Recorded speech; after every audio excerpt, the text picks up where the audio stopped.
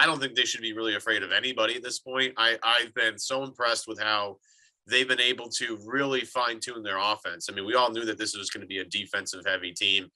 They proved that the past couple of months that they are one of the best defensive teams in the league, but the offense has been just spectacular. And you go back to, and I love listening to Gorman and Scal on the broadcast, because Gorman and Scal at times like can't even contain how happy they are to watch this team move the ball in offense. That Chicago game was just wonderful. I mean, it was really something else. I mean, we had that Minnesota game was ridiculous. They had a game against Utah that was like the best start to a game I've ever seen. Like it was insane what they were doing to Utah.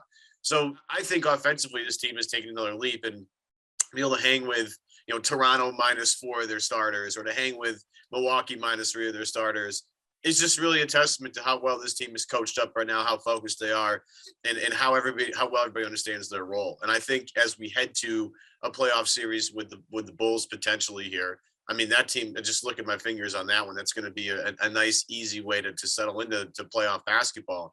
But that next round matchup, as long as Boston's healthy, I love their chances against anybody. I think just with the way they can create offense with both Jalen and Jason on the floor right now. Smart is doing a great job orchestrating everything as the point guard.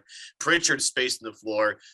Grant's spacing the floor really well. Derek White's hitting shots. Like we said with Mike the other day, like, is the only thing this team is missing is Derek White hitting shots. And if Derek White hits shots, are they just clearly better than everybody else? I mean, now that he's starting to hit 40-50% of his threes, Chris, this team looks insanely crisp right now.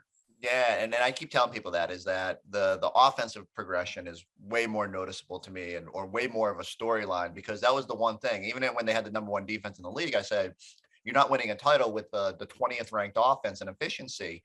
And I thought they'd get better, but I didn't think they'd be the best offense in the NBA since January 23rd, when Smart comes back from COVID and Tatum pushes the launch button on his usual second half surge. And so, I mean, that's huge for this team to be able to play the way they have. And it is really noticeable. And again, I think that's what's so magical about this season is everything we thought we knew about the Celtics through January 6th, and like how maddening it had been. And not just this year, but like pretty much the totality of 2 full seasons of 500 basketball. It was like, they just can't play offense the right way. They don't want to move the ball. They play ISO. It's never going to come together. And then all of a sudden, like, it came together. And like, credit to Ime for getting them to buy in. Credit to the guys for not settling and sort of figuring it out. But it's been really magical to watch. And I keep telling people, I don't know what's going to happen in the playoffs. The East is better.